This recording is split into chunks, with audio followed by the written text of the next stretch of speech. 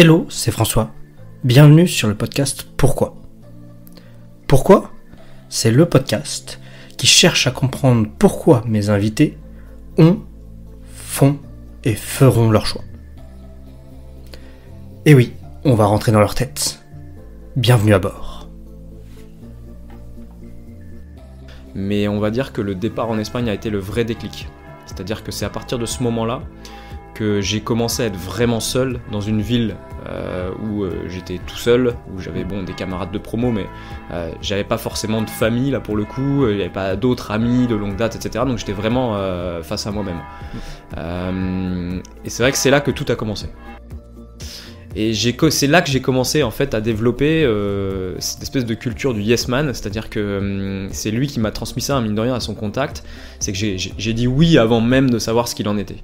Et ça, c'est quelque chose qui me caractérise maintenant, c'est-à-dire que j'ai tendance à avancer dans des secteurs, à faire des choses que je ne connais pas, et j'ai tendance à y aller en fait là où d'autres ne vont pas parce qu'ils ne connaissent pas.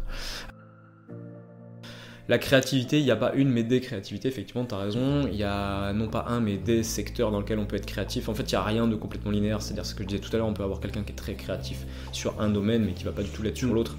Et donc en fait, la subtilité dans la créativité, et c'est là aussi où ce que je considère, je dis des gens intelligents, mais je considère ces gens intelligents parce que c'est des choses que je recherche. Et à mon sens, c'est ce qui fait progresser aussi quelqu'un, donc c'est pour ça que je qualifie ces gens d'intelligents. Je pense que les gens intelligents qui savent en tout cas manier cette qualité de créativité ont cette capacité à se rendre créatifs. Aujourd'hui, je vous propose de rentrer dans la tête d'Alexandre Galliana. Vous l'avez peut-être remarqué, nous portons le même nom de famille. Et effectivement, c'est mon frère. Alors oui, cet épisode va être un peu spécial. Pour moi du moins. Mais ce n'est pas tant ça qui m'intéresse aujourd'hui.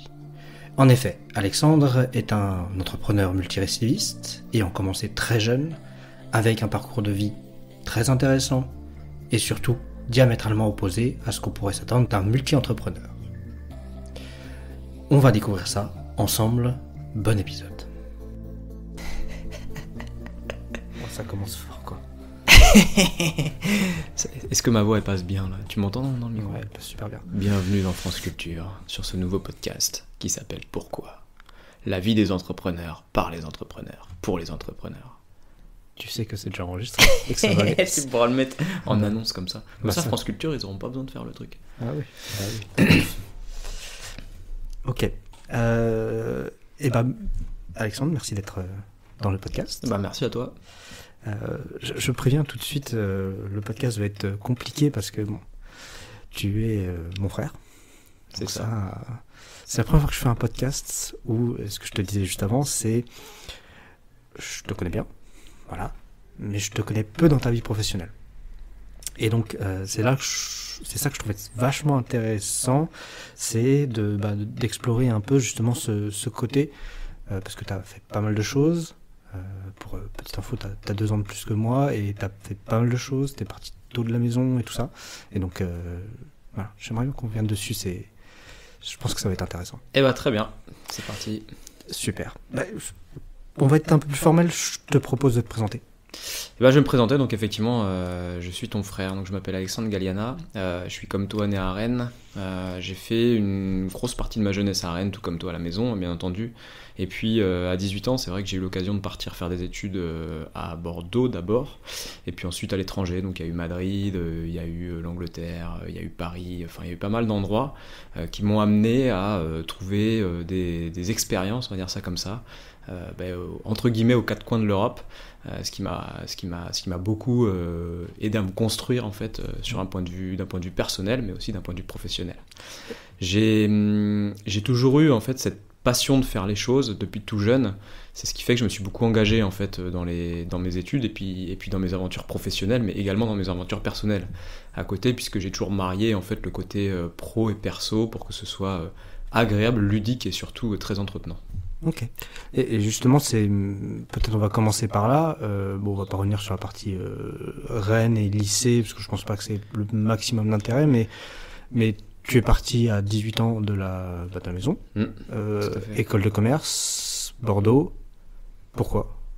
Alors pourquoi? Très simplement parce que moi je voulais être militaire initialement, et puis choix cohérent, voilà, et donc je me suis retrouvé à Bordeaux en école de commerce. Non mais il y a quand même une subtilité, c'est que j'ai toujours voulu être militaire, c'était vraiment mon rêve. Alors je dis militaire d'une manière générale parce que c'était la manière dont je l'exprimais à l'époque, c'est-à-dire que j'avais absolument pas de notion de ce qu'était le métier de militaire à part de ce que j'en avais vu dans quelques bandes dessinées qu'on lisait beaucoup à l'époque, et dans quelques revues d'histoire que nous avait laissé notre grand-père qui était un passionné de la Seconde Guerre mondiale.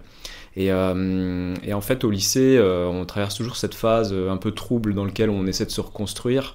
Et pendant, on va dire, quelques années lycée, j'ai relâché mon attention sur mon avenir professionnel et je me suis laissé un petit peu embarquer par la vie d'une manière générale sans forcément avoir de plan futur. Et on a la chance d'avoir une mère qui est assez présente en termes de personnalité et qui nous a toujours donné des bons conseils. Alors notre père aussi, mais là en l'occurrence c'était plutôt notre mère qui nous encadrait sur la partie orientation professionnelle. Et je suis passé de militaire à travailler dans la restauration, et donc travailler dans la restauration, pour notre mère c'était forcément avoir son restaurant ou avoir son hôtel. Et donc quand je lui ai dit que je voulais faire une école d'hôtellerie, elle m'a dit tu vas faire une école de commerce, comme ça tu monteras ton hôtel ou ton restaurant et tu pourras faire ce que tu veux. Ce qu'il faut retenir, c'est pas que elle était contre l'idée en fait de faire le métier que je voulais, c'est qu'elle a toujours essayé de me pousser pour qu'on ait la possibilité de faire le plus de choses possible. Voilà. Et c'est comme ça en fait que je suis passé de militaire à travailler dans l'hôtellerie à finalement faire une école de commerce sans trop savoir si ça allait me plaire, mais parce que maman nous avait dit que c'était bien et que du coup je lui faisais confiance parce que en tout cas elle dans ses choix elle avait toujours été rassurante, et donc ça me rassurait d'avoir quelqu'un de rassurant qui me dise ce que je dois faire à cette époque-là. Et je vais faire un saut pour montrer un peu pourquoi je trouve c'est intéressant qu'on discute ensemble. Je vais faire un saut dans le temps et je vais parler de ce que tu fais aujourd'hui. Je vais te demander qu'est-ce que tu fais aujourd'hui. Aujourd'hui, alors j'aime bien dire que je fais rien parce que c'est très perturbant pour les gens, et c'est d'autant plus perturbant que j'ai beaucoup de mal à expliquer ce que je fais, non seulement parce que je travaille ou je suis spécialisé on va dire dans un domaine qui est un peu spécifique, hein, qui est la consolidation financière et plus particulièrement les logiciels, donc les systèmes d'information qui aident à faire la consolidation financière. La consolidation financière, en quelques mots, c'est une manière de présenter les comptes des grosses entreprises, notamment françaises, mais également mondiales. Et c'est un secteur qui est très particulier parce qu'il faut avoir 3 compétences clés, enfin on va dire 3 axes de compétences clés. Un premier axe qui est un axe très métier, donc il faut connaître le métier de la finance, qui n'est pas le métier de la finance de marché comme on l'entend, hein, c'est un métier de la finance d'entreprise, donc c'est beaucoup de comptabilité, à un niveau un peu plus. Il faut connaître les logiciels ou comprendre comment fonctionnent les logiciels qui permettent de faire ces opérations financières, ces retraitements financiers, la présentation des comptes, et puis c'est un secteur qui est extrêmement réglementé, donc ça les gens le savent assez peu, mais les entreprises d'une certaine taille doivent présenter leurs comptes d'une certaine manière, il y a énormément de documents à produire, et donc il faut connaître également la réglementation nationale et internationale, qui est très dense. Voilà. Donc ça c'est mon domaine, c'est ma spécialité, mais c'est vrai que j'ai un peu de mal à l'expliquer, enfin j'ai pas un peu de mal à expliquer, mais disons que c'est quand même, ça casse un petit peu les codes par rapport à ce qu'on connaît, c'est-à-dire que je ne suis ni pompier, ni flic, ni policier, pardon, ni kiné, ni... voilà, c'est des métiers qu'on imagine assez bien, en fait, donc bon, c'est un métier qui est un petit peu différent.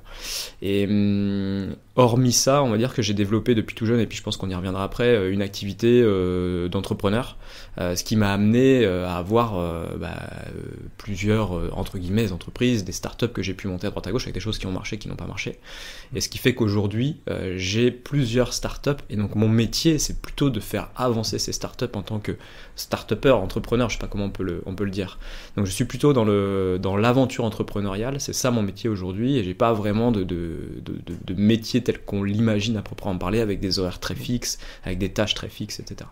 Et c'est ça que je trouve intéressant, et c'est pour ça que je voulais que tu parles de ce que tu fais aujourd'hui, parce que c'est tellement... Alors, outre le métier de ton cœur de métier de la consolidation financière qui est très spécifique, et ça aurait pu être autre chose en fait, mais que aujourd'hui en fait tu es multi-entrepreneur, on peut appeler ça comme ça. Ouais, tout à fait, c'est ça. Parce que t'as plusieurs entreprises, t'as plusieurs activités, t'en as eu, et on y revient dessus.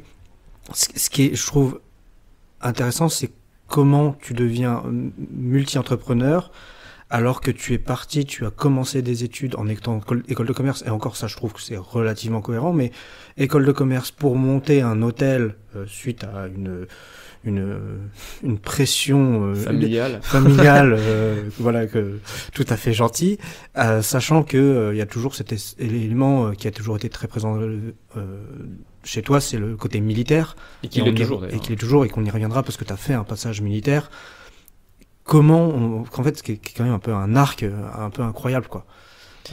Comment on évolue comme ça, et je voudrais notamment qu'on commence par une expérience qui, moi, m'a marqué, c'est ton départ en Espagne, en fait. Alors, le départ en Espagne a été quelque chose de souhaité, complètement souhaité, puisque dans l'école de commerce que j'ai fait, il y avait un passage à faire à l'étranger obligatoire, avec un stage à l'étranger obligatoire. Et en fait, j'ai fait cette année d'études à l'étranger en Espagne, donc à Madrid, et j'ai également fait mon stage, entre guillemets, de césure, on peut appeler ça comme ça, enfin, du coup, d'un an, je l'ai également fait à Madrid. Je suis resté 2 ans et demi au total, parce qu'il y avait 1 an et demi, en fait, d'études à faire sur place, avec une licence, parce que c'était une école de commerce post-bac, pour ceux qui ne connaissent pas, donc il n'y a pas de classe prépa, la classe prépa est intégrée, donc la classe prépa il y avait 1 an et demi de classe prépa à Bordeaux, et puis ensuite il y avait 6 mois de classe prépa en Espagne, puis le stage, puis 1 an de licence. Ce départ ça a été un peu le début, entre guillemets, de tout, puisque le fait de partir de la maison pour venir à Bordeaux, étant donné qu'on a de la famille sur Bordeaux, c'était un départ mais sans lettres. En fait, j'ai commencé à évoluer dans ma vie, entre guillemets, d'homme à partir du moment où je suis parti de chez les parents, ce qui est tout à fait normal. Mais on va dire que le départ en Espagne a été le vrai déclic. C'est-à-dire que c'est à partir de ce moment-là que j'ai commencé à être vraiment seul dans une ville où j'étais tout seul, où j'avais des camarades de promo, mais j'avais pas forcément de famille là pour le coup, il n'y avait pas d'autres amis de longue date, etc. Donc j'étais vraiment face à moi-même. Et c'est vrai que c'est là que tout a commencé. Voilà. Et c'est là que tout a commencé d'ailleurs d'un point de vue professionnel également, puisque c'est là que j'ai fait la rencontre de quelqu'un dont je parlerai après, qui m'a amené à cette logique d'entrepreneur que j'avais déjà démarré en école de commerce. Je faisais déjà de l'import-export de produits high-tech à l'époque où il n'y avait pas encore de lecteur vidéo portable. Je faisais de l'import de produits via eBay, je crois, et que je revendais après dans l'école de commerce. Mais enfin, c'était anecdotique, mais c'était déjà le début de quelque chose. Je n'étais même pas au courant, tu vois. Bah voilà, j'ai fait ça pendant 6 mois, 1 an. Ça s'est mal passé en fait, parce que j'ai commencé à faire ça, j'arrivais à vendre les produits, j'arrivais à gagner un petit peu d'argent, alors c'était pas énorme, mais j'arrivais à gagner un petit peu d'argent. Et en fait, j'avais voulu ouvrir un peu en dehors de l'école, donc je crois que j'avais dû poster une annonce sur Le Bon Coin, et puis j'étais tombé sur des mecs qui avaient voulu me braquer tout mon stock. Enfin, ça s'était assez mal fini en fait, cette histoire à Bordeaux, et du coup j'avais complètement arrêté ce truc-là, qui me plaisait pas plus que ça d'ailleurs, parce que faire du retail de produits de high-tech, c'était pas mon truc, quoi. Ouais, c'est un univers particulier, pour l'avoir un tout petit peu côtoyé. Aujourd'hui c'est autre chose, mais voilà, c'est autre chose. Et je reviens sur ton expérience espagnole, parce que moi, je le traduis un peu à travers ma vision de moi, ce que j'en ai perçu. À l'époque, j'étais jeune, hein, j'avais 16 ans, t'es parti, j'avais dû avoir 17 ans, 17 ans, enfin j'étais en fin d'études, donc pas mal occupé par tout ce qui était bac et tout ça. Donc on avait des bonnes relations, mais on n'avait pas tout ce qui était téléphone portable et ça, donc on s'appelait pas souvent. C'est vrai qu'à l'époque c'était autre chose. Pour information, dans la famille, ça c'est pour nos auditeurs, on n'a jamais eu de portable en fait dans la famille, donc moi j'ai eu le droit à un portable quand je suis parti à 18 ans. Les copains en avaient déjà depuis longtemps, c'est pas que ça n'existait pas. Quand je suis parti à 18 ans, parce que j'étais dans des appartements tous les 6 mois différents et qu'on pouvait pas avoir un fixe, donc c'était une autre époque. Et il faut savoir qu'à l'époque, pour envoyer des SMS, on avait un nombre de caractères limité. Oui, ça... Donc on ne s'écrivait pas tous les jours. Et qui plus est, quand je suis parti, tu n'avais pas encore de portable. Et puis c'est vrai qu'on est dans une famille, on n'a pas forcément la culture de s'appeler tous les matins. Donc à l'époque, on n'avait pas des rapports quotidiens. Ouais, mais c'est toujours des bons rapports, mais en fait, moi, de ce que je me rappelle de l'Espagne, alors outre être venu plusieurs fois te voir et ça, bon, ça c'est autre chose. Mais de ton univers professionnel, je connais pas du tout ta partie études, ça, voilà. Mais je me rappelle que la première chose qui m'a frappé, 2 choses m'ont frappé en Espagne. c'est que tu as travaillé dans un genre Galerie Lafayette, truc comme ça. Bon, Ouais, ça fait le El Corte Inglés, qui est l'équivalent des Galeries Ah. Lafayette en Espagne. Ouais. Ça, j'ai envie de dire, c'est traditionnel. Bon, voilà. Voilà, c'était un job d'été. Job d'été. Pour me payer Mais un c'est peu que mes t'as- études. Ouais. Mais c'est surtout que tu as monté une boîte, quoi. Alors j'ai monté une boîte, ouais. Alors alors c'est une histoire assez drôle en fait, parce que quand je parlais de révélations en Espagne, il y a eu vraiment des révélations sur énormément de domaines d'un point de vue humain, d'un point de vue professionnel, d'un point de vue social. Enfin, il y a vraiment eu, j'ai vraiment découvert la vie. En fait, moi, j'ai l'habitude de dire que je me suis construit en Espagne. Enfin, ça a vraiment été la révélation pour moi, humainement. Et donc pour revenir sur ce parcours et sur la création de boîte, c'est quelque chose d'assez, aujourd'hui quand on y pense, c'est quelque chose d'assez original que j'ai fait et qui était assez risqué. C'est-à-dire que après avoir fait les 2 ans de prépa intégrée, on avait sur l'année du bac plus 3, donc 1 an d'expérience professionnelle à faire avant d'avoir 1 an d'études de licence. Si je me souviens bien, c'est dans cet ordre. Et donc moi j'avais trouvé un stage, j'étais déjà orienté vers la finance, puisque j'aimais entre guillemets les sciences dures à l'époque, j'aime toujours d'ailleurs. Mais j'étais plutôt attiré par le concret, on va dire, que par l'aspect un peu marketing qui est beaucoup plus dans la réflexion, etc. Même si aujourd'hui je fais plus du marketing qu'autre chose sur certains aspects. Et du coup, j'avais trouvé un stage chez RCI Bank. Donc RCI Bank, pour ceux qui connaissent pas, c'est une banque professionnelle, donc la banque professionnelle de Renault-Nissan. C'est des banques qu'on connaît pas, mais ça fait partie des plus grosses banques d'Europe, parce que c'est énormément de financement et c'est des gros montants puisque c'est pour des véhicules, que ce soit côté concession automobile ou que ce soit côté particulier. Et donc je me suis retrouvé en tant qu'analyste financier crédit chez RCI Bank à Madrid pendant 1 an à faire de l'analyse crédit. Et c'était de l'analyse financière, moi j'aimais beaucoup ça, c'était assez chouette parce qu'il faut analyser les bilans, identifier la fiabilité des concessions automobiles pour pouvoir leur donner des crédits pour qu'ils achètent des automobiles. Et donc c'était vraiment chouette, enfin c'était un super stage. Sauf que au bout de 2 mois, il y avait une équipe de 3 personnes qui se répartissaient l'Espagne et toutes les concessions espagnoles chez Renault-Nissan. Et puis il y avait une responsable du service qui on appartenait à un département un peu plus global. Et en fait, au bout de 2 mois, il y a la responsable du service plus 2 des 3 personnes qui étaient présentes qui sont parties. Et donc je me suis retrouvé dans une situation où il fallait faire le job. Et à l'époque, avant que les gens partent, moi j'étais associé avec une de ces 3 personnes pour travailler avec cette personne-là. C'est un type très chouette qui s'appelait Antonio Crespi. Et Antonio Crespi, alors j'ai voulu le retrouver, mais je ne l'ai jamais retrouvé parce que Crespi c'est un nom très, très standard en Espagne, il y a beaucoup de Crespi. J'ai Antonio aussi d'ailleurs. J'ai voulu le retrouver, j'ai jamais réussi. Mais en fait, c'était quelqu'un qui travaillait là, mais qui avait 7 entreprises. Et il avait le profil type de l'entrepreneur espagnol avec ses cheveux mi-longs, gominés en arrière, toujours accroché à son téléphone, toujours en train de rigoler, tout le temps en train d'aller faire des déjeuners professionnels, etc. Et c'est vrai que ce type-là, de bosser avec lui, c'était un vrai plaisir. Et je me souviens que j'avais une certaine admiration pour ce type parce que je trouvais que le fait d'avoir 7 entreprises à gérer, plus le fait de travailler dans une boîte comme RCI Bank en tant qu'analyste crédit, je me dis mais ce gars-là est surproductif, quoi. Comment fait-il ? Et je m'entendais bien avec lui, j'ai l'impression qu'il m'aimait bien, il y avait un fit un peu particulier avec lui, ça se passait assez bien. Et au bout des 2 mois et quelques de stage, j'en avais 12 à faire, au bout des 2 mois et quelques, quand il m'annonce son départ, il me dit écoute Alex, est-ce que le poste t'intéresse ?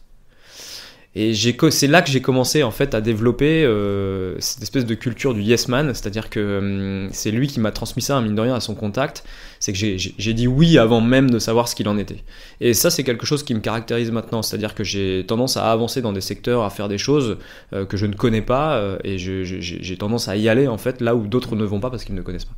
Alors que pour moi, c'est plus une opportunité d'apprendre. Et en fait, j'ai commencé à avoir ce mindset, cet état d'esprit, et c'est vrai que grâce à ça, j'ai pu accéder en tant que stagiaire à un job que j'aurais jamais pu faire parce que j'ai fait ce job tout seul sur tout, alors j'avais tout le nord de l'Espagne en termes de concession automobile et du coup j'étais entre guillemets en charge le temps qu'ils recrutent quelqu'un d'autre, donc ça a mis un petit peu de temps et ça m'a beaucoup plu et en fait je me suis rendu compte que je pouvais le faire et ça a été un des premiers déclics, on en parlera après avec l'armée puisque j'ai fait effectivement un petit passage à l'armée, ça a été un des premiers déclics qui m'a amené à me dire je peux le faire et maintenant je me dis ça sur tout. Et donc c'est comme ça que j'ai eu cette révélation avec ce personnage et je me suis dit pendant mon stage de fin d'études, c'était même pas de fin d'études, c'était de césure, je me suis dit mais si je fais ça pour des concessions automobiles, l'analyse financière, et que ça les amène à prendre des décisions en fonction de leur capacité financière, de leur solidité financière, etc., pourquoi je le ferais pas pour d'autres boîtes? Et c'est comme ça que je me suis lancé dans l'entrepreneuriat en Espagne pendant cette année de stage et ensuite pendant mes études, et que j'ai monté une structure qui me permettait, alors ça s'appelait Salia Finance d'ailleurs à l'époque, on avait trouvé un nom avec mon associé d'époque, parce que je m'étais associé quand même à une copine, et du coup on a lancé ça, et le truc était un peu osé entre guillemets, parce que déjà j'avais même pas de diplôme, c'est-à-dire j'avais même pas un bac+3, j'avais quelques compétences, quelques connaissances, mais absolument pas sanctionnées par une reconnaissance officielle. Bon, les compétences étaient dues à une expérience somme toute relative, puisque au bout de 3 mois en tant qu'analyste crédit, je peux pas dire que j'étais vraiment un analyste financier hors pair, mais néanmoins on a lancé ce truc là en y croyant, et ça a été une aventure extraordinaire, vraiment, dans un pays étranger. Et dans un pays étranger, c'est-à-dire qu'il a fallu faire toutes les démarches, aller voir les CCI, monter la boîte, trouver un nom, machin. Très drôle, fallait faire un site internet à l'époque, je sais pas pourquoi. J'étais convaincu qu'il fallait un site internet. Ayant aucune compétence et aucun budget, j'ai acheté un livre de 500 pages sur le code HTML en espagnol, et j'ai appris à coder en un mois. C'est-à-dire que j'ai fait les 500 pages de la méthode du bouquin qu'il y avait là, avec tous les exercices, tous les machins, tous les trucs sur mon ordinateur, et j'ai appris à coder. J'ai fait mon site internet en HTML et en CSS, quoi. Voilà. Alors c'est des trucs très simples, mais c'était le début de cette phase où je me suis dit je peux le faire. Donc rien n'était plus impossible, et rien ne sera plus jamais impossible après cette expérience-là dans ma vie, en fait. Et ce qui est particulier, ce que je veux repasser dans le contexte quand même, c'est qu'aujourd'hui, là tu dis sans diplôme, sans rien, sans expérience. J'avais 19 ans. Hein. Ouais, on avait 19 ans, mais aujourd'hui dans l'univers qu'on connaît des entreprises, c'est plus courant. Parce que y a beaucoup de jeunes maintenant qui se lancent, des fois sans diplôme, sans rien. Donc c'est plus admis.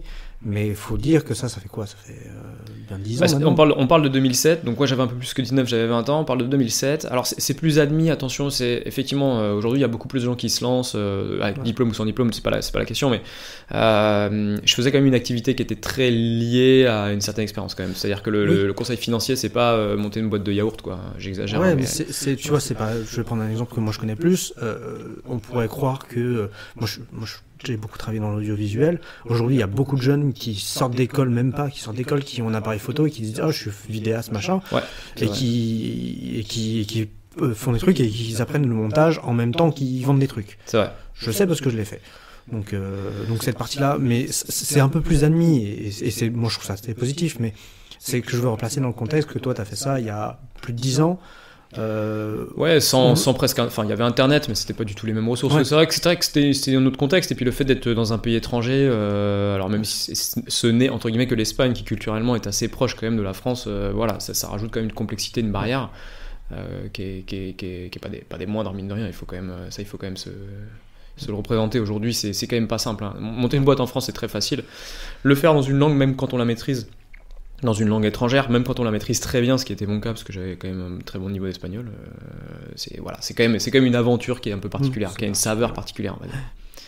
Et du coup, tu lances ta boîte dans l'analyse financière en fait. Exactement. Le concept était hyper simple. Comme je l'ai évoqué tout à l'heure, je faisais de l'analyse financière et je me suis dit, écoute, si je fais ça pour des concessions, pourquoi je ferais pas ça pour des PME? Le principe était un peu basique. Hein. Il y a peut-être plein de boîtes qui faisaient ça. J'avais pas fait d'études du marché, rien. Enfin, je m'étais vraiment lancé comme ça pour voir si ça marche.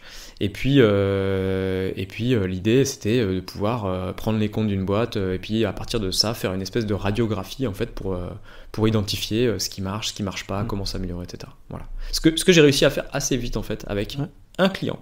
Oui, c'est ce que je me rappelle. Tu avais un client. Voilà, j'ai eu un client et j'en ai pas eu d'autres parce que de toute façon, j'aurais pas pu travailler pour d'autres clients tellement ça me prenait du temps. Et ça a été une aventure extraordinaire également, puisque là, ça a été la découverte d'un monde espagnol de l'entreprise, mais espagnole cette fois-ci, pas comme RCI Bank que j'avais connu. L'Espagne dans la production industrielle, quoi. Voilà, parce que j'ai travaillé avec un industriel. Ouais, c'est le boulanger, si je me rappelle bien.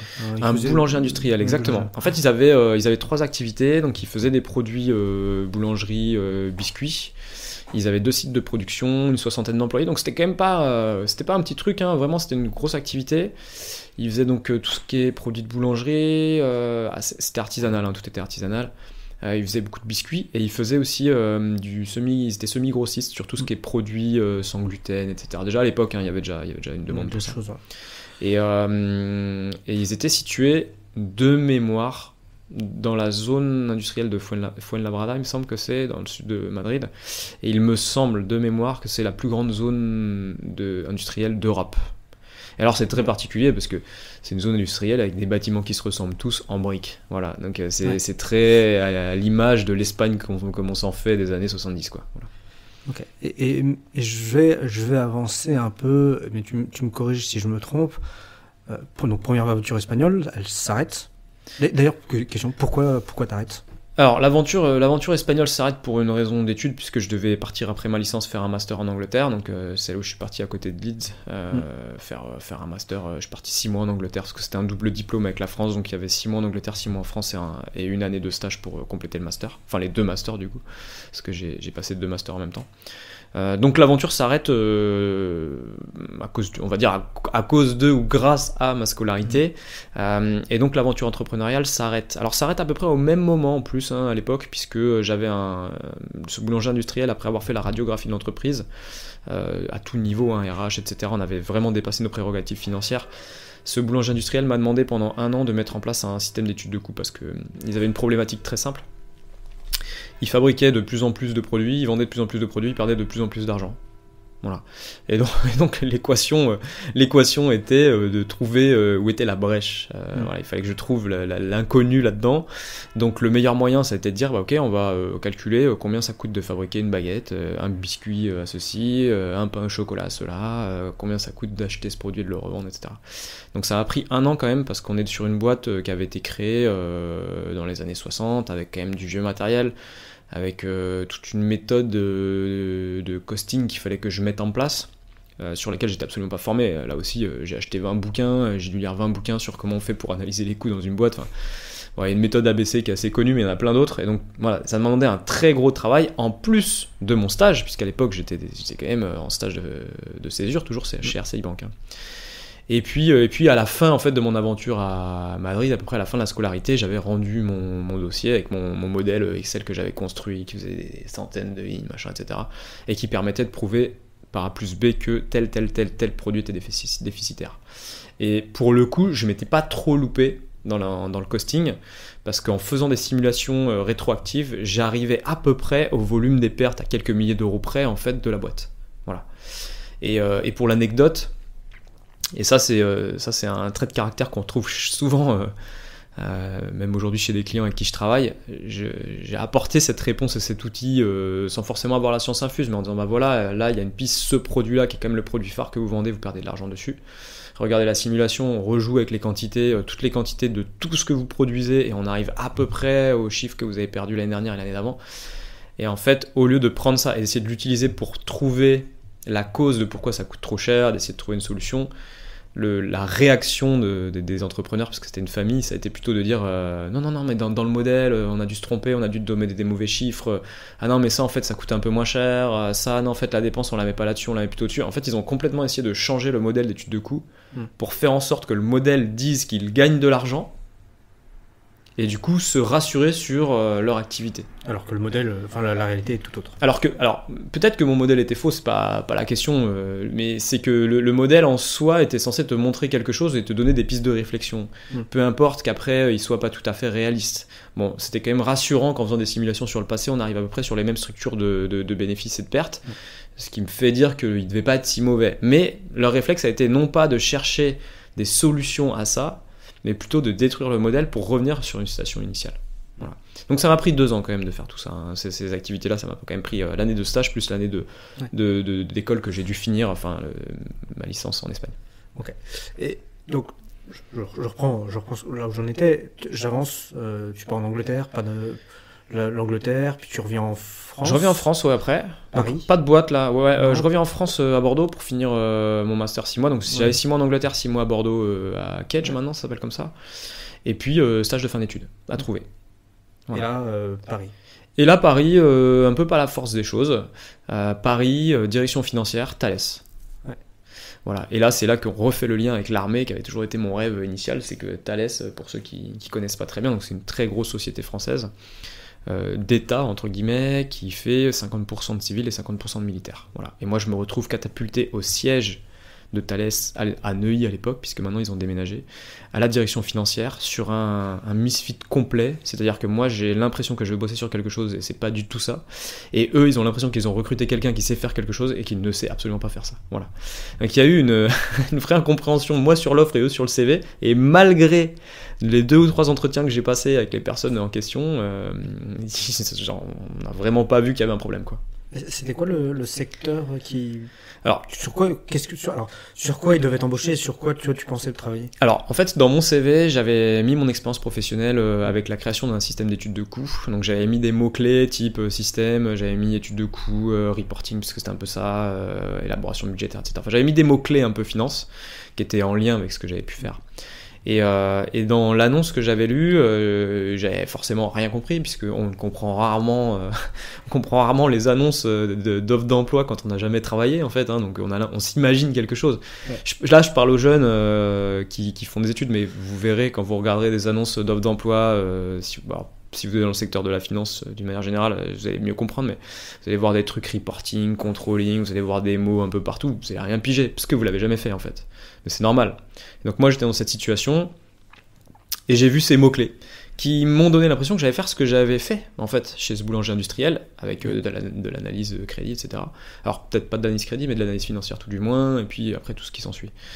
Et donc, comme j'ai vu ces mots-clés et qu'eux ont vu les mots-clés, ils m'ont pris et moi j'avais envoyé mon CV, quoi.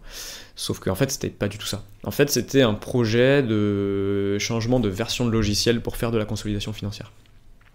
Voilà. On y arrive. Et eux pensaient que moi j'avais des compétences en système d'information, ce qui n'était pas du tout le cas. Et moi, je pensais que j'allais faire du costing, ce qui n'était pas du tout le cas. Voilà. Et donc, je me retrouve en 2010 assis à un bureau. Je me souviens très bien, à Neuilly, c'est quand même des locaux qui sont marquants. On est dans une société française, tu te fais accueillir, il y a 20 000 trucs de sécurité, 200 badges, 40 signatures. Enfin voilà, tu es dans un espace un peu particulier. Et puis surtout, c'est une très très grosse boîte. Et puis je m'assois devant un ordinateur et là on commence à me parler de ce logiciel de conso, à me montrer et tout. Et là pour moi c'est la douche froide parce qu'en fait je me rends compte que c'est absolument pas ce que j'avais prévu de faire. Et puis en plus j'ai eu un démarrage là-bas qui a été quand j'y repense, je reparle maintenant avec un peu de nostalgie, mais je dirais pas qu'il a été difficile, mais je pense qu'aujourd'hui il y a beaucoup de gens, si on leur donnait à faire ce que j'ai fait, ils le feraient pas. C'est-à-dire que il fallait vérifier en fait la qualité de ce qui avait été construit dans la nouvelle version du logiciel. Et donc il fallait vérifier sur tous les documents financiers qui étaient construits dans le logiciel que la taille des lignes était bien de cette taille-là, sur tous les quadrillages des documents, que c'était bien le quadrillage de la bonne taille, que chaque cellule c'était la bonne police, que c'était la bonne taille de police, que c'était le bon souligné, que c'était là en gras, là pas en gras, là en gras, pas en gras. J'ai fait ça sur des milliers de documents. Voilà. J'ai fait ça pendant 1 an. Donc vérifier la police de documents pendant 1 pige. Je pense qu'aujourd'hui, si on donne ça à un jeune qui sort d'école de commerce et qui fait un stage, il y en a 99% qui démissionnent. Et ça a été formateur, entre guillemets, pour moi. Moi, je le vois comme ça aujourd'hui, même si à l'époque, c'était très chiant et ça a expliqué ma réorientation temporaire dans le monde militaire. En fait, à l'époque, ça m'a pris une certaine rigueur parce que j'étais obligé de vérifier toutes les lignes. Et j'avais une chef, Odile Marquet, qui existe toujours d'ailleurs, qui est toujours chez Thales, qui est pas loin de la retraite, qui est très particulière, connue un peu dans notre milieu système d'information financier parisien. Odile Marquet qui était très à cheval sur les détails et donc je pouvais pas me louper. Et j'avais déjà cette conscience du travail, etc. avec mes expériences professionnelles, notamment avec la Salia Finance. Quand t'es entrepreneur et tu dois livrer un rapport... Voilà, j'étais obligé de le faire correctement. Et puis j'ai toujours été assez appliqué, en fait, professionnellement parlant. Enfin, même pendant mes études, je suis assez travailleur pour le coup. Moi, je fais partie des gens qui sont besogneux, avec parfois une très mauvaise rentabilité parce que j'ai jamais eu des très bonnes notes à l'école, mais par contre, j'ai toujours été très travailleur. Ça, on peut pas me l'enlever. Je pense que c'est ce qui explique aussi qu'aujourd'hui, j'ai réussi à, professionnellement parlant, entre guillemets, à pouvoir développer plusieurs projets en parallèle.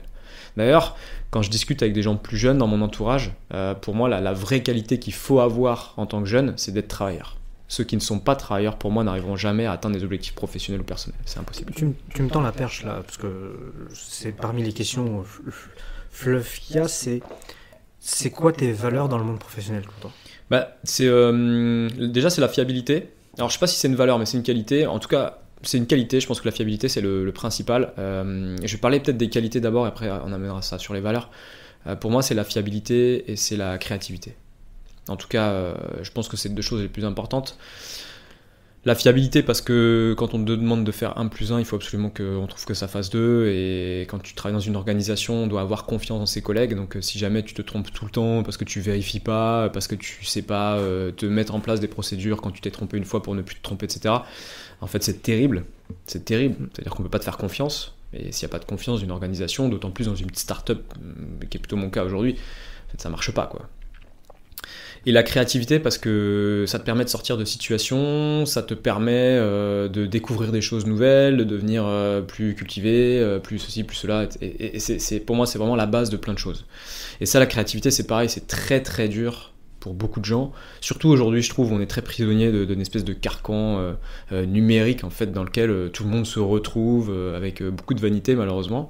Et cette créativité, on a du mal à la faire sortir, en fait, de tout ça aujourd'hui, je trouve. Et c'est dommage. Voilà, et je valorise beaucoup, moi, tu vois, dans les profils que je chasse, je valorise beaucoup des gens qui ont fait de la musique, qui sont dans des concerts, qui sont engagés dans des trucs, qui font de la peinture, etc. Beaucoup plus que toute la partie un peu réseau social que les gens mettent parfois en avant, qui est à mon sens, parfois pas assez révélatrice de créativité. Et justement sur ces valeurs, parce que moi quand tu me dis ça, donc tu me dis, je vais appeler ça fiabilité, mais fiabilité, ouais. Fiabilité et créativité, et parce que faut d'abord que, en fait, quand tu travailles avec quelqu'un, enfin quand tu es en relation avec quelqu'un du monde professionnel, faut d'abord que tu testes la fiabilité. Faut tester la fiabilité. Alors malheureusement, c'est difficile à tester. C'est-à-dire que aujourd'hui, par exemple, on a des process de recrutement dans une de mes boîtes, puisqu'on recrute quelqu'un sur le mois de septembre. Pardon. Mais on n'a pas de processus de vérification de la partie. C'est reparti, tu m'entends bien? Ouais. C'est bon. Bon, pour expliquer un peu ce qui s'est passé, on profite d'une occasion familiale pour enregistrer, et on avait attendu que tout le monde parte au marché pour enregistrer, mais bon, ils sont revenus un peu plus tôt qu'on ne le pensait. Donc on a dû déménager. Donc on s'excuse pour la petite différence de qualité audio, s'il y en a une. Voilà. Bon, je vais faire le lien, du coup, on parlait de créativité et de fiabilité, ouais. Et de qualité, du coup. De qualité, et moi je te disais que je te questionnais sur le fait que, créativité, enfin, pour expliquer un peu ma question, c'est que quand tu me dis fiabilité et créativité, je me dis, ouais, mais pour que quelqu'un, on puisse le faire confiance en termes de créativité, il faut y avoir testé sa fiabilité avant, en fait. Alors en fait, tout ça, c'est des choses qui se construisent. C'est-à-dire que c'est très difficile aujourd'hui, c'est très difficile, c'est pas aujourd'hui, c'est très difficile d'une manière générale d'avoir un niveau de créativité, un niveau de fiabilité hyper avancé. Notamment chez les jeunes, puisque ça vient avec le temps. Alors la créativité, on est plus ou moins doué sur cet aspect-là en fonction de ses expériences en tant qu'enfant. Il y a plein de facteurs qui poussent à la créativité. Il n'y a pas forcément de déterminisme là-dedans. En tout cas, pour moi, c'est très lié à des expériences qu'on peut avoir en tant que jeune, des déclics qu'on peut avoir. Mais oui, c'est difficile à évaluer. On a mis en place des choses, alors là je parle d'un point de vue très pratico-pratique en termes de recrutement. On a mis en place quelques petits indicateurs qu'on essaie d'identifier chez les profils pour essayer de déterminer si on a des profils qui sont plutôt créatifs, qui sont assez fiables, etc. Et puis on se fie aussi grandement à l'expérience professionnelle et surtout à l'expérience scolaire. C'est-à-dire que là où beaucoup décrit le modèle scolaire aujourd'hui, moi je considère que quelqu'un qui a réussi sa scolarité avec des bonnes notes, c'est quelqu'un qui va être quand même plutôt fiable dans le travail, puisque pour avoir des bonnes notes, il faut résoudre des équations, il faut écrire correctement, il faut s'exprimer correctement, il faut être capable de retenir des choses, donc il faut être capable d'étudier, etc., etc. Alors, bien entendu, il y a toujours des contre-exemples, mais c'est quand même un bon indicateur. Voilà. Ça, ce sont deux qualités qui s'améliorent aussi dans le temps. La fiabilité, ça s'améliore dans le sens où, à force de faire des erreurs, les gens intelligents sont capables de mettre en place des processus de correction d'erreurs ou de vérification de ce qu'ils font pour éviter de se retrouver dans une situation d'erreur. Et puis, ils sont aussi capables de capitaliser sur les erreurs qu'ils font pour trouver des opportunités, apprendre, progresser, trouver de nouvelles pistes de travail, etc., etc. Ça, c'est une qualité c'est une sous-qualité, on va dire, de la fiabilité qui est très importante, que assez peu de gens savent faire. En tout cas, moi, dans mon entourage, je trouve qu'il y a assez peu de gens qui savent le faire, et c'est très dommage. La créativité, c'est la même manière. C'est-à-dire qu'on peut être très créatif dans un domaine, c'est-à-dire qu'on peut avoir fait de la peinture, de la musique, etc., et du coup avoir un esprit qui est orienté créativité et se retrouver dans un monde professionnel dans lequel on n'est pas inspiré. Donc en fait, la créativité, c'est pareil, c'est quelque chose qui se travaille dans le temps et qui nécessite de l'inspiration. Et donc c'est là où, pour replacer des choses dans leur contexte, par exemple, dans un contexte professionnel, moi j'aime bien emmener les gens avec qui je travaille dans des endroits qui peuvent être inspirants, je ne vais pas dire qui peuvent être inspirants, qui vont changer du cadre dans lequel ils sont habituellement, parce que je considère que le cadre dans lequel on travaille est une source d'inspiration. Voilà. Et il peut y en avoir plein d'autres. Typiquement, dernièrement, on a profité du mois d'août avec les équipes là, pour faire un stop and go sur ce qu'on faisait. Donc j'ai dit à tout le monde, posez vos crayons. Pendant 2 jours, vous allez regarder des TED sur des sujets qui sont ce que vous voulez. Ça peut être de la progression personnelle, l'enrichissement personnel, ça peut être des trucs sur du management, sur ce que vous voulez. Et après, on en parle en fait. Et c'est pour moi aussi une source de créativité, ça. Voilà. C'est-à-dire qu'ils peuvent être inspirés par ce qu'ils vont voir, et peut-être que dans leur pratique personnelle, dans leur mode de vie, peut-être que dans leur pratique professionnelle, au boulot, etc., ça va leur donner envie de faire des choses différentes. Voilà. Mais c'est assez difficile, il y a des gens qui sont assez hermétiques à ça, pour être honnête. C'est très marrant parce que moi, de mon expérience professionnelle et du métier où je suis, je mets pas les mêmes mots sur créativité, en fait. Je décris pas la créativité comme toi tu l'entends, mais c'est parce que moi je suis dans un métier où être créatif c'est trouver des nouvelles idées, trouver des nouvelles choses pour faire des vidéos, des photos, du graphisme, des choses comme ça. Donc moi je suis plus dans un domaine très visuel. Mais je vois ce que tu veux dire dans le sens où si je me place dans ma figure de management, je vois ce que tu veux dire et je vois où tu où tu veux amener les gens. La créativité, c'est comme la fiabilité, c'est un peu moins large, je trouve, comme définition. En tout cas, la fiabilité, on s'en fait une image très, très, très, très facilement. La créativité, il n'y a pas une, mais des créativités. Effectivement, tu as raison. Il y a non pas un, mais des secteurs dans lesquels on peut être créatif. En fait, il n'y a rien de complètement linéaire. C'est-à-dire ce que je disais tout à l'heure, on peut avoir quelqu'un qui est très créatif sur un domaine, mais qui ne va pas du tout l'être sur l'autre. Et donc, en fait, la subtilité dans la créativité. Et c'est là aussi où, ce que je considère, je dis des gens intelligents, mais je considère ces gens intelligents parce que c'est des choses que je recherche. Et à mon sens, c'est ce qui fait progresser aussi quelqu'un. Donc c'est pour ça que je qualifie ces gens d'intelligents. Je pense que les gens intelligents qui savent en tout cas manier cette qualité de créativité ont cette capacité à se rendre créatifs. Et donc, comme il y a des créativités, ils vont être capables, si demain on les sollicite sur un sujet, de se mettre dans un contexte, de mettre en place des actions pour devenir créatif sur ce sujet. Et la créativité qu'on va leur demander sur un autre sujet qui sera peut-être totalement différente, comme tu l'as évoqué, sur un autre secteur, sur un autre domaine, d'autres compétences, etc. Ils vont avoir cette capacité à se rendre créatifs sur cet autre secteur. Voilà. Et ça, c'est très très difficile à faire. Il y a très peu de gens, en tout cas dans les gens que j'ai rencontrés ou avec qui je travaille, il y a très peu de gens qui arrivent à le faire très bien. Et donc l'objectif, en tout cas moi dans mes équipes, j'essaie de les pousser au maximum à se mettre dans ce genre de conditions de travail parce que c'est une des qualités clés, en plus des valeurs dont on va parler juste après, que je recherche effectivement dans le boulot. Et si j'en reviens à ton expérience, parce que je pense que toutes ces idées sont sorties beaucoup de ton expérience professionnelle, je vois bien je vais pas dire la créativité, mais la fiabilité, notamment due à tes expériences en Espagne et chez Thales. Comment toi tu as acquis, si tu estimes que tu l'as, comment tu as acquis cette créativité en fait?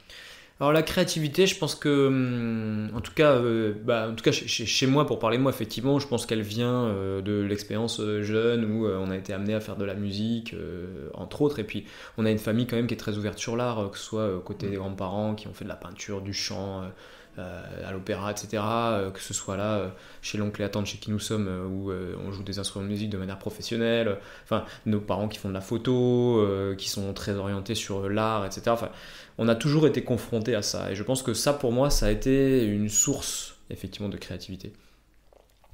Et c'est cette source de créativité qui m'a permis de transposer ce que je faisais dans le perso en fait dans le professionnel. Et c'est vrai que ça peut paraître un petit peu ambivalent dans le sens où je parlais de la métier de la finance initialement, etc. Et on a du mal à voir en quoi la créativité peut être importante, mais il faut bien s'imaginer qu'en fait, quel que soit le métier qu'on va faire, il y a un moment, ou en tout cas moi dans ce que j'ai fait, il y a un moment où on apporte du service à quelqu'un, on doit trouver des solutions à des problèmes. Et donc en fait, la créativité, pour moi, c'est vraiment là qu'elle est utile. C'est dans l'identification de solutions à des problèmes, ou dans l'identification de pistes de développement, de routes vers lequel on veut aller demain, dans un service, dans un projet, dans une entreprise, enfin voilà. Il faut avoir une vision, il faut savoir identifier un endroit où on veut aller, où on veut se rendre, ou bien des solutions à des problèmes. Et ça, mine de rien, c'est via de la créativité c'est par la créativité qu'on le développe le mieux, je pense. En tout cas, en tout cas, moi, c'est mon, on va dire, c'est mon carburant, on va dire, pour avancer. Et ça, est-ce que ça... En fait, ma question est très simple, hein. C'est pourquoi tu estimes que créativité et fiabilité sont deux piliers en termes de qualité? Parce que le reste, on arrive à s'y faire si c'est pas optimal. Voilà, à peu près toutes les autres. Alors peut-être que je vais peut-être un peu vite en besogne, mais c'est vraiment les deux trucs principaux pour moi parce que les autres qualités se travaillent généralement assez facilement. Quel que soit, on peut citer des exemples, mais quelles que soient les autres qualités, pour moi c'est moins important en fait. Je préfère que quelqu'un soit un petit peu moins expert dans un sujet ou un petit peu moins compétent sur quelque chose, mais que ce que la personne fasse, ce soit super bien fait. Et puis, en tant que start-upper ou en tant que consultant ou en tant que ce qu'on veut, quand je vais chez un client, si on a un problème ou si le client attend qu'on lui indique une direction dans laquelle aller, j'ai envie que la personne avec qui je travaille soit capable de trouver des solutions, de trouver des pistes d'amélioration, de trouver des axes dans lesquels il faut aller, des objectifs à atteindre, etc. Et donc ça, c'est la créativité. Et après, une fois qu'on a défini ça, il faut emmener son projet, son client, ses équipes, peu importe le contexte, vers ça. Et pour ça, il faut être fiable. C'est-à-dire que si tu dis que tu vas y arriver à telle date, avec tel chemin, il faut le faire. Si tu ne le fais pas, ton client, il ne va pas comprendre. Lui, il paye pour une prestation. Si tu ne le fais pas, tes équipes vont te regarder en disant « Mais attends, tu m'as dit que c'était dans 6 mois, et puis qu'on allait faire ça, ça, ça, puis en fait, on ne l'a pas fait, et puis on a 6 mois de retard. » Du coup, ça ne fonctionne pas et puis ça fonctionne pas quoi. Voilà. Et en plus, tu génères beaucoup de frustration. D'un point de vue business, c'est négatif. Donc c'est pour ça que je dis que ces deux qualités sont vraiment hyper importantes. Ouais. Tout le reste, je dis pas qu'il faut pas que ça existe. Je dis juste que pour moi, c'est un deuxième niveau quoi. Voilà. Ok. Maintenant, je vais revenir à ma question quand même initiale, qui est sur les valeurs. Parce que là, c'est vrai qu'on parle depuis une bonne dizaine de minutes sur les qualités. Quelles sont tes valeurs? Alors les valeurs, je vais répondre à cette question-là. Quelles sont mes valeurs à moi? Moi, même une des premières valeurs que j'ai, pour moi, il y en a deux. C'est pareil, il y a deux valeurs qui sont hyper importantes. Il y a le côté droit, principe. Je sais pas comment trop le formuler, mais en fait, il y a ce côté-là un peu carré entre guillemets, comme on veut bien dire. C'est-à-dire être capable d'avoir une ligne de conduite et de s'y tenir au maximum. Alors attention. J'entends les détracteurs qui pourraient dire que oui, mais là, il y a ça qui a été fait, machin. Avoir des principes, avoir une ligne de conduite. Déjà, premièrement, c'est pas forcément dans le temps toujours les mêmes principes. Ouais, ça peut évoluer. Parce qu'on évolue, bien entendu, on évolue tous. Et puis, c'est pas toujours linéaire. C'est-à-dire qu'il y a des choses sur lesquelles on va essayer d'appliquer ces principes et puis des choses sur lesquelles on va pas réussir à les appliquer, que ce soit d'un point de vue perso ou pro. Donc, c'est là où on peut avoir des gens, et moi, ça peut être mon cas, où sur le côté professionnel on va avoir une ligne de conduite et puis sur le côté perso une ligne de conduite qui va être un petit peu différente ou alors il va y avoir des écarts à cette ligne de conduite. Voilà, ça c'est normal, ça fait partie de la vie. L'idée c'est quand même d'avoir des principes et de s'y tenir et d'être assez droit dans ses engagements. Et donc pour moi ça va de pair avec une autre valeur qui est très importante, qui est la fidélité. La fidélité dans tous les domaines, alors je ne rentrerai pas sur la partie perso mais sur la partie professionnelle, la fidélité c'est être capable de s'engager sur un projet, de s'engager dans une équipe, de s'engager pour une équipe, de s'engager auprès d'un chef, de s'engager pour un chef, etc. etc. Et ça, c'est très rare. Et là je fais le parallèle avec l'armée, moi c'est vraiment, alors j'ai toujours été assez entre guillemets docile là-dessus, c'est-à-dire que pour moi c'est une valeur que j'avais déjà jeune.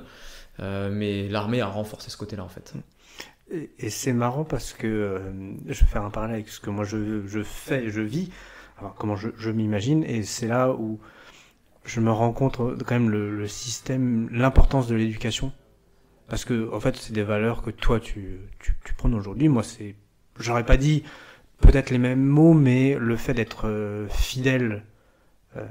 Et moi aujourd'hui c'est un sujet dans ma boîte, d'être fidèle. Parce que on vit une phase difficile d'après-Covid plutôt compliquée. Et moi, j'essaie d'être fidèle jusqu'au bout à mon dirigeant, qui est Alexandre Hemingway. Et parce que, alors, premièrement, mais c'est pas la raison principale, parce que c'est un ami aussi, mais surtout parce que voilà, je considère que le projet est beau et tout ça, et que je veux aller jusqu'au bout avec lui.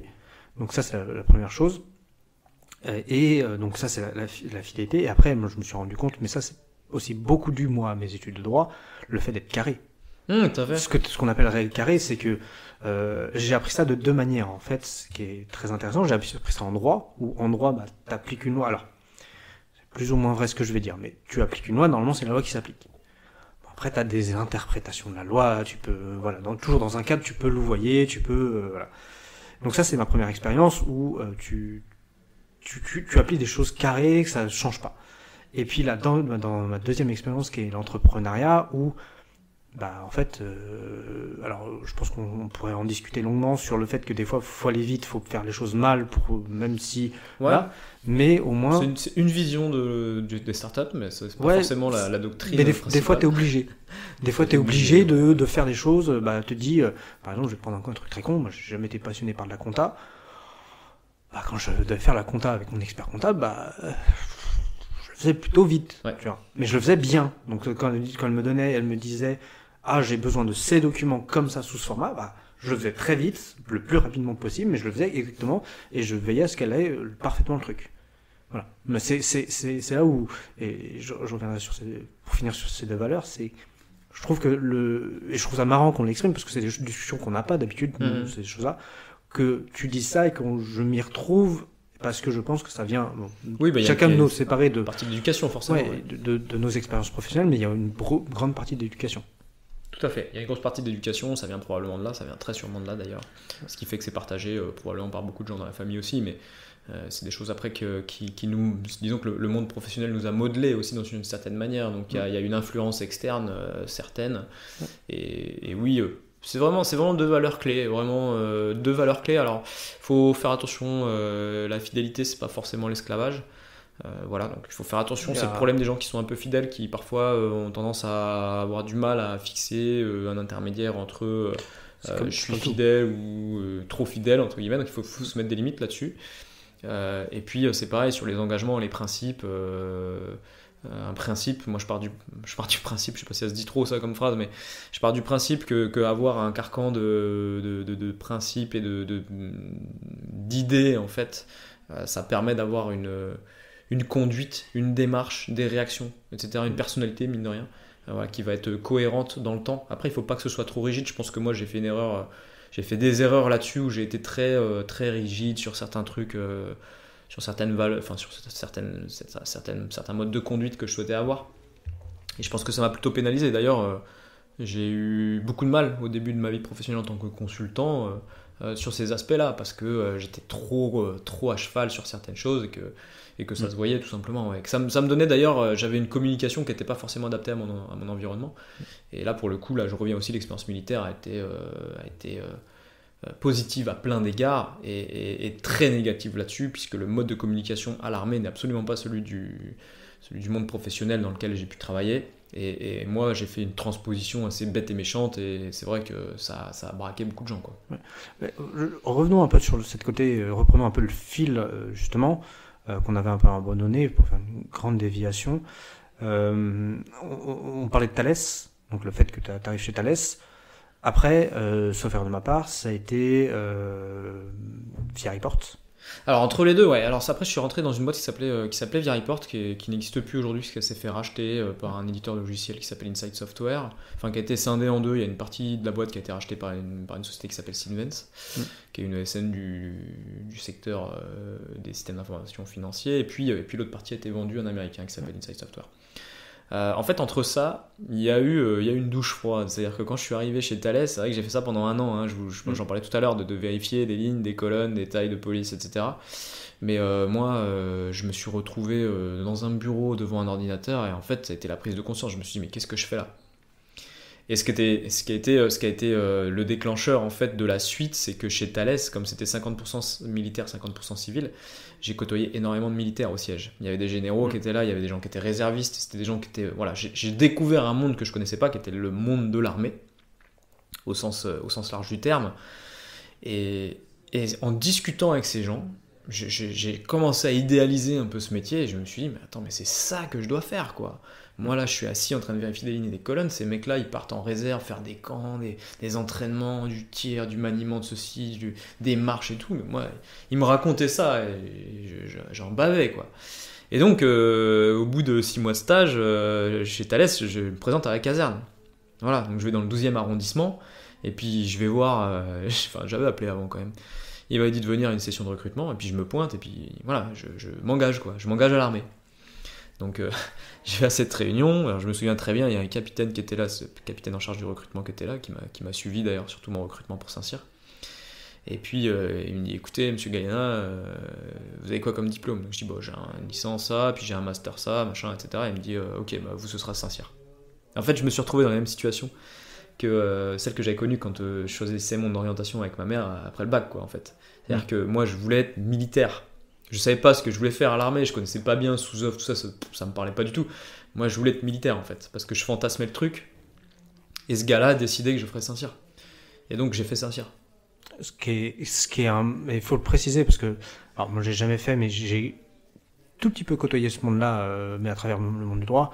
Saint-Cyr et militaire n'est pas la même chose. Enfin, c'est le monde militaire, mais faut bien préciser que Saint-Cyr, c'est école d'officier. C'est une certaine... Donc tu vas dans les sphères dirigeantes de l'armée. C'est ça. Et alors que l'armée, quand tu t'engages en tant qu'homme du rang, on dit, en tant qu'homme du rang. Homme du rang, ou ça va jusqu'à sous-officier, bah t'es un homme de terrain, quoi. C'est ça, c'est pas du tout le même métier, c'est pas du tout la même culture, c'est pas du tout les mêmes personnes, ni en termes d'orientation intellectuelle, ni en termes de background culturel. D'ailleurs, j'y reviendrai, ça a été une vraie cause de mal-être et de fin de cette brève carrière militaire. Et oui, ce sont absolument pas les mêmes populations. Et d'ailleurs, là-dessus, oui, il y a eu un vrai misfit pour moi. Pour le coup, autant l'école de commerce, c'était le bon choix, autant l'école d'officier, c'était pas le bon choix, quoi, clairement. C'était le choix naturel que j'ai eu, puisque c'est un concours qui est très difficile. En plus, moi, j'avais déjà 2 bac plus 5, et du coup, je pouvais pas refaire Saint-Cyr en 3 ans, puisque c'est comme une école d'ingénieur. Donc, j'ai eu un concours qui permet de faire Saint-Cyr en accéléré en 1 an. Qui est un concours ça s'appelle officier sur titre, qui est assez difficile à avoir d'ailleurs, on est une grosse sélection. Et j'ai dû m'y reprendre à 2 fois d'ailleurs pour l'avoir. Et c'est vrai que voilà, c'est très particulier, quoi. Voilà. Et donc ce concours, tu l'as? Donc ce concours, je l'ai à force de persévérance, parce que je l'ai pas eu la première année, donc j'étais obligé de continuer chez Thales après mon stage en CDD. Ils ont été chouettes parce qu'ils m'ont pris en CDD, ils n'étaient pas obligés. Il y avait quand même un bon fit avec Odile Marquet dont j'ai parlé tout à l'heure, et puis avec l'équipe. Et puis c'est vrai que moi j'étais bien chez Thales, il y avait des très bonnes conditions de travail. Et puis bon, in fine, le projet était quand même intéressant de par les échanges humains que j'avais avec mes collègues et les autres stagiaires. Et puis oui, d'ailleurs, il y avait une vraie aventure humaine avec les autres stagiaires, c'était vraiment chouette, ça m'a beaucoup poussé. Et voilà, en plus la situation était très confortable financièrement, donc ça m'a aidé. Et puis en plus, j'étais dans un monde militaire, j'avais un mentor, général Faugère, qui était à la retraite, 5 étoiles quand même, donc c'est ce qu'il y a de plus haut gradé à l'armée en tant que général avant maréchal, mais il n'y a plus de maréchal depuis longtemps. Plus de maréchal depuis longtemps. Donc voilà, très très bonne expérience, ils ont été très chouettes chez Thales, ils m'ont gardé, donc j'ai continué à faire mon taf sur les systèmes d'information pendant 1 année de plus, et puis j'ai eu le concours à Saint-Cyr. Voilà. Et là ça a été un peu le début d'une aventure très courte, puisque j'étais passionné toujours par la chose militaire. J'avais l'occasion de faire une préparation militaire, une PMS 3 semaines à Beach au 16e bataillon de chasseurs. Ça s'était super bien passé. Mais là aussi, j'étais dans la découverte de ce milieu, et j'étais dans une caserne d'infanterie dans l'est de la France, avec beaucoup de militaires du rang, beaucoup de gens qui voulaient être sous-off et quelques personnes qui voulaient être officiers. En fait, voilà, ce qui m'a apporté, c'est plutôt le monde des militaires du rang et des sous-officiers que le monde des officiers, que je n'ai pas côtoyé pendant cette préparation militaire. Et je vais te poser un peu la question qui revient régulièrement sur mon podcast, mais pourquoi militaire en fait ? Pourquoi militaire ? Parce qu'on avait un grand-père bruxellois qui a toujours été un peu passionné par cette histoire-là, de la Seconde Guerre mondiale, qui nous a raconté des histoires très jeunes, et je pense que moi qui m'ont marqué, on m'aurait raconté des histoires de cirque ou de peu importe, en fait je pense que ça m'a marqué pareil, mais quand j'étais très jeune ça m'a marqué. Ce personnage-là m'a marqué, familial, et en fait très vite j'ai été amené à balayer ces revues qu'il avait, qu'il y a toujours d'ailleurs à la maison, chez moi, dans mon salon. C'est des revues des années 60 d'histoire sur la Seconde Guerre mondiale. Et ça m'a passionné très vite. Ça, plus les milliers de bandes dessinées qu'on lisait quand on était gamin, parce que nous n'avions pas de télé à la maison, et nous n'avons toujours pas de télé d'ailleurs, mon frère et moi. Ce qui est un bon conseil pour les futurs parents qui nous écoutent. Ne mettez pas de télé à vos enfants et pas d'écran. Ça permet d'aller à la bibliothèque. Je dois avouer que maintenant j'ai une télé. Ah bon, J'avais oublié ce que j'ai dit. Mais pour les enfants c'est bien parce que ça pousse déjà à sortir et deux à lire en fait tout simplement. Donc la lecture est quand même quelque chose de plutôt valorisant d'un point de vue intellectuel et de la créativité. Et donc je lisais beaucoup de livres sur la Seconde Guerre mondiale, je lisais beaucoup de livres sur l'armée, des bandes dessinées de guerre, etc. Donc ça, en fait il y a une espèce de spirale autour de ça qui s'est développée. Et c'est vrai que j'ai très vite fantasmé ce métier de militaire. Et je me souviens, je devais être en CM1, un truc comme ça, première fois, on devait écrire sur une feuille qu'est-ce que vous voulez faire comme job plus tard. Et en fait, moi, j'en savais rien. Et c'est le premier truc qui m'est venu. Et du coup, je me suis construit autour de ça. Voilà. J'ai mis une réponse, j'ai mis militaire. J'avais dessiné en haut de ma feuille un petit truc US Army parce qu'on lisait des BD, les tuniques bleues à l'époque. Et bon, pour moi, l'armée, c'était l'US Army. Donc j'avais fait une petite caisse avec marqué US Army avec 2 sabres. Voilà, donc ouais, c'était ça en fait. Mais bon, j'étais en CM1 donc j'en savais rien quoi. Bah oui. Et c'est resté. Et j'ai continué à fantasmer ce truc là. Puis je sais pas pourquoi, mais mine de rien, l'armée, l'ordre, c'est une organisation qui m'a toujours fasciné. C'est-à-dire j'ai toujours trouvé que c'était une organisation extraordinaire. Ça va vite, ça se passe, les gens. Il y a un côté humain aussi que c'est un peu paradoxal, hein, mais il y a un côté humain qui m'a j'ai toujours admiré ce côté humain, les gens qui s'engagent comme ça au bout de leur vie pour leurs camarades de manière héroïque pour défendre des valeurs. On parlait de valeurs pour défendre des familles, pour défendre des pays, des nations. Ça va. Voilà, on a les héros qu'on veut, mais moi mes héros, ils étaient dans ces revues-là en fait. Ouais. Et j'étais bercé avec ces héros qui ont débarqué en 42, qui ont débarqué en 44, qui se sont fait parachuter, qui se sont fait exploser parce que c'était des résistants. Ça c'était mes héros en fait. Ça a toujours été mes héros, et c'est pour ça que j'ai eu cette attirance vers le monde militaire. Ok. Donc Saint-Cyr. Et parle-nous un peu de Saint-Cyr, même si je sais que ça va pas être une période très facile. Ouais, ça n'a pas été facile parce que l'intégration s'est faite de manière un peu compliquée. En fait, j'étais premier sur liste d'attente sur la deuxième fois que j'ai tenté le concours. Donc j'ai pas eu le concours tout de suite. Je me rappelle de cette intégration. Ouais, puisqu'on était ensemble, on faisait du surf. Donc en fait, pour l'histoire, j'ai passé le concours une première fois, j'ai loupé parce que j'avais pas d'expérience militaire. Et j'avais besoin de faire une préparation militaire. Donc ils m'ont dit, revenez l'année prochaine, mais faites une préparation militaire et on réétudiera votre dossier. Donc je fais une préparation militaire, je retente le concours et je suis 14e. Il y a 13 places. Pas de bol. Donc je suis pris dans ce qu'on appelle le 4e bataillon. Le 4e bataillon, c'est un mode je suis contractuel à l'armée, quoi. Voilà. Donc tu as une formation d'1 an à Saint-Cyr, mais tu n'es pas Saint-Cyrien au sens propre. Et tu es contractuel, donc c'est un contrat de 10 ans en tant qu'officier pendant 10 ans, mais tu vas un peu moins vite dans la hiérarchie, puis c'est beaucoup moins prestigieux. Donc mon intégration devait se faire en octobre, je crois, mi-octobre ou début septembre, enfin fin septembre, un truc comme ça. Et donc on part ensemble, toi et moi, faire du surf fin de l'été, fin août, début septembre, je me souviens plus. Je crois que ça devait être début septembre d'ailleurs, on part surfer à la Cano. Et au bout de 4 jours, j'ai le capitaine qui était en charge du recrutement, qui m'avait suivi depuis 2 ans, qui m'appelle et qui me dit bonjour monsieur Galiana, est-ce que vous voulez toujours intégrer Saint-Cyr au 1er bataillon de France? Donc le 1er bat, c'est la voie royale. C'est Saint-Cyr, quoi, voilà. Le défilé sur les Champs-Élysées, etc. Donc je dis oui, et il me dit c'est simple, on est mercredi, vous en étiez mardi, je crois. Il me dit jeudi, vous signez votre contrat à Paris, et vendredi, vous êtes sur le terrain à Couët-Quinan. Donc on remballe notre planche de surf, je retrouve une voiture, on rentre en Bretagne, déposer nos affaires, machin, etc. Et puis je vais à Paris, je signe mon contrat et me voilà catapulté au 1er bataillon de France. Et là ça a été un peu la douche froide parce qu'en fait l'arrivée s'est assez mal passée. La personne qui est venue me chercher à la gare, qui était un de mes bisuteurs entre guillemets, était très désagréable. Mes camarades de section étaient très sympas, mais c'était vraiment un autre monde. Ils ont tout fait pour bien m'intégrer, mais bon, j'avais loupé en fait toute la partie juillet-août dans laquelle il y avait déjà eu des phases d'intégration avec des étapes un peu clés du Saint-Cyrien que j'avais pas fait. Et puis ouais, je m'y suis pas fait. Une ambiance qui n'était pas celle que je recherchais, qui n'était pas celle que j'avais trouvée en tant que militaire du rang, en préparation militaire. Les gens avaient des valeurs qui n'étaient pas les miennes. On parlait de valeurs tout à l'heure, moi je m'y suis pas du tout retrouvé.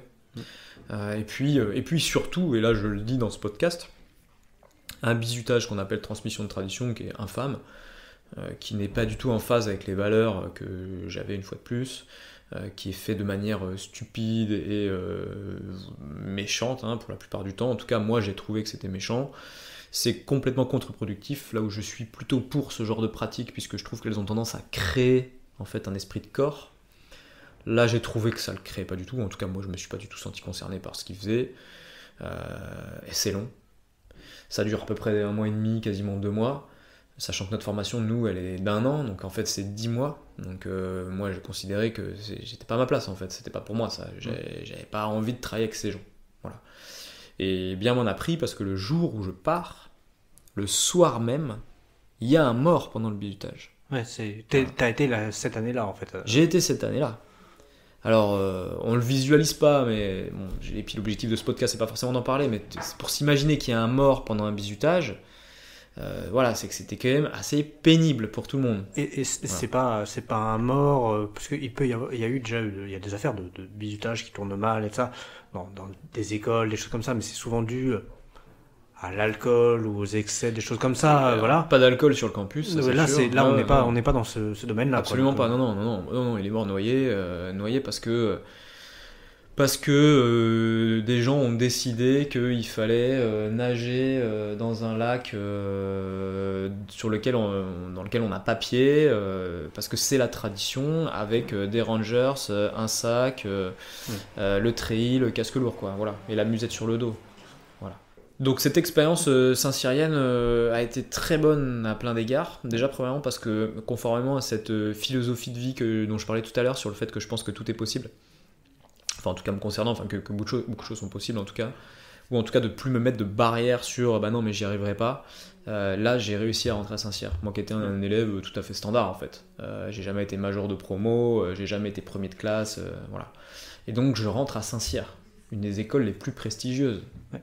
Je rentre dans cette école. Alors je suis pas allé au bout parce que j'ai démissionné, mais j'étais loin d'être le dernier à Saint-Cyr. Même physiquement, entre guillemets, sur les épreuves un peu combat, tout ce qui touche au métier de militaire, j'étais vraiment bon en fait. Je suis arrivé, j'étais vraiment bon là-dedans.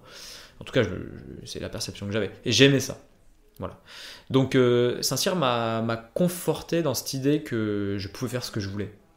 Et qui plus est, que ce soit pendant ma préparation militaire, que ce soit pendant ma préparation au concours de Saint-Cyr, que ce soit pendant ma courte période à Saint-Cyr, j'ai eu l'occasion de faire des choses physiques qui m'ont emmené un peu dans mes retranchements, hein, on peut le dire comme ça, et là aussi je me suis dit rien n'est impossible. Et d'ailleurs aujourd'hui, dans la manière dont j'aborde le sport, qui est ma deuxième passion après mon travail, ou qui est ma première passion avant mon travail, je continue à réagir comme ça. C'est pour ça que j'arrive à faire des épreuves physiques qui sont assez difficiles. Alors après il y a toujours plus, voilà, je fais pas encore du DK Ironman, mais je suis capable de courir 24 heures. Voilà. Ça m'amène à une question qui est parce que quand pour avoir, alors moi on s'est pas vu pendant cette période militaire, moi je suis jamais venu te voir, mais j'ai eu les échos des parents parce que j'habitais encore à Rennes. Je sais que ça a été dur et sur ces moments-là, mais aussi aujourd'hui, et ma question s'applique sur un peu toute ta période, c'est en fait pourquoi aujourd'hui tu te lèves en fait? Bah, je me lève parce que je suis passionné par tout ce que je fais et qu'on parlait de créativité et que la curiosité a toujours été un des moteurs essentiels. Passionné humainement déjà, c'est vrai que je mets beaucoup d'engagement dans la relation humaine, quelle qu'elle soit, professionnelle ou personnelle. Ce qui fait que voilà, c'est ce qui m'anime en fait au quotidien, c'est-à-dire que je me lève pour les gens, quoi. Voilà, j'aime les moments que je vais passer avec les gens. D'ailleurs, chaque fois que je pars en vacances avec des gens, enfin, je fais des choses tout seul, mais j'aime beaucoup, j'ai ce côté social qui est très très important pour moi. Et puis cette curiosité en fait. Tous les jours, je sais que je vais découvrir des choses nouvelles. Tu vois, et c'est ça qui me plaît. Là, d'un point de vue professionnel, pour revenir sur du professionnel, là je travaille sur un projet de franchise de vélo et de boutique d'escalade. Voilà, je les ferai peut-être pas, mais ce côté découverte de choses m'intéresse vachement. Là, l'escalade, c'est assez nouveau pour moi, je découvre ce truc, ça me plaît beaucoup. J'aime ce milieu, j'aime la pratique, j'aime le sport qui va avec, les risques, l'adrénaline, etc. Et c'est vrai que ça me pousse tous les matins à me lever, quoi. Ce côté un peu découverte. Voilà. Okay. Découverte. Et puis conquête aussi. J'aime construire. Quand je dis conquête, c'est ce côté un peu construction, quoi. J'aime construire des choses. Donc, créer des entreprises, c'est ma manière de construire des choses là où nos ancêtres ont été ont été entre guillemets colonisé l'Algérie. Nous on construit des entreprises, quoi. Voilà, chacun son truc, c'est notre manière de construire. Je vais revenir sur ton histoire qui est Saint-Cyr, tu arrêtes, tu démissionnes. Comme je pensais que c'était, je savais plus si c'était avant ou après Viry-Porte, mais là du coup c'est Viry-Porte. Et là du coup c'est Viry-Porte, ouais. Alors Viry-Porte ça a été consultant, donc vraiment changement radical. Donc je sors de l'armée et je me dis qu'est-ce que je vais faire, quoi. Et en fait il y a deux postures quand on se demande ce qu'on va faire. Il y a la posture où on s'arrête et on réfléchit et on ne fait rien. Mais l'oisiveté est source de création, ne l'oublions pas. C'est un des moteurs, d'ailleurs, c'est très important. Moi, je dis souvent à mes équipes, allez vous balader, hein, parce que c'est une manière, en fait, de laisser le cerveau au repos, et c'est là où le cerveau, parfois, résout des puzzles tout seul. Donc, oisiveté, et puis tu as l'autre démarche qui consiste à s'activer pour essayer de trouver quelque chose très rapidement. En fait, moi, j'ai fait un mélange des deux, c'est-à-dire que je me suis dit, l'oisiveté sur le long terme, c'est pas pour moi. Parce que la créativité, une fois que j'ai dépassé les quelques jours de réflexion, je l'ai pas. Donc il faut que je trouve quelque chose pour pouvoir rebondir. Je sais pas ce que je veux faire, comme beaucoup de gens, je sais pas ce que je veux faire. Voilà, moi j'ai pas cette vocation de médecin, de policier, de militaire, de quoi que ce soit. Donc il faut que je réfléchisse à un projet sur du long terme. Néanmoins, je peux pas rester sans rien. Donc ce que je vais faire, c'est que je vais partir quelques jours, me reposer de mon expérience militaire qui a été très éprouvante. Et puis, je vais profiter de ces quelques jours pour construire un projet à court terme qui me permettra de construire un projet à long terme. Le projet à court terme, ça a été effectivement de rentrer chez Viry-Porte, puisque c'était une boîte de conseil avec qui j'avais bossé quand j'étais chez Thales, mais sauf que moi j'étais côté client. Et en fait, c'était eux qui travaillaient avec nous sur le projet de changement de version d'outils dont j'ai parlé tout à l'heure. Et comme je m'étais très bien entendu avec des gens qui travaillaient chez Viry-Porte, je me suis dit la facilité pour moi, c'est de travailler là. J'ai les compétences, je connais les gens, je connais les clients, je saurais travailler avec eux. En plus, ils sont gentils et ça me permettra de rebondir. Voilà. Et donc, c'est comme ça que je suis rentré chez Viry-Porte. Et en fait, je suis jamais reparti. Parce que c'est ça qui est fort, c'est qu'en arrivant chez Viry-Porte, je suis tombé sur les gens que j'aimais bien. J'ai rencontré des gens extraordinaires. Et puis, mine de rien, en fait, le boulot qui me plaisait pas avant, s'est mis à me plaire parce que j'ai commencé à avoir des responsabilités, j'ai commencé à aller voir des clients, trouver des solutions à leurs problèmes, leur proposer des choses, les faire grandir avec moi. Ils me faisaient grandir eux aussi. J'ai eu des équipes, on a construit des équipes, on a fait des trucs, on est parti de rien. Grâce à, entre autres, à quelqu'un à l'époque que j'admire toujours, que j'ai beaucoup admiré toujours, qui a été un mentor extraordinaire pour moi, ça a été Sébastien Romano, qui a été un des deuxièmes personnages clés après Antonio Crespi chez RCI Bank, dans ma vie professionnelle et personnelle. Seb avait une manière de gérer les projets qui était très particulière, mais qui laissait beaucoup de place aux gens. Et ça a toujours été génial parce qu'il nous a fait confiance. Parce qu'on était fiable. Et je dis on parce qu'au début, c'était une toute petite équipe et en fait, on s'est lancé dans un domaine qui était la spécialisation banque-assurance mutuelle qu'on a développé avec Sébastien Romano chez Viry-Porte sur les systèmes d'information financiers pour la conso. Je reste toujours dans ce domaine. Et on l'a développé de zéro. De zéro. Et en fait, Seb voulait le faire, on était d'accord, on est parti. On a capitalisé sur un client qu'on avait, on a essayé de décliner le truc, et on a bricolé, mais on l'a fait en fait, et ça c'était génial. Voilà, c'était génial, en plus c'était, à l'époque c'était une boîte assez jeune, il y avait beaucoup de gens dans ma tranche d'âge, donc voilà, ça, le monde du conseil parisien, on gagne bien, on s'amuse, on fait la fête, on travaille beaucoup, enfin voilà, le classique un peu consultant parisien en costume, voilà, c'était génial, c'était une super période, quoi. D'ailleurs, ce qui est très marrant, c'est que ça a été le premier moment où on a bossé de loin ensemble. Ça a été le premier moment où on a bossé de loin ensemble chez Viry-Porte, parce qu'effectivement tu nous as rejoint en stage chez Viry-Porte à la direction juridique avec Xavier Luzan à l'époque, qui est toujours un peu dans l'écosystème des systèmes d'information.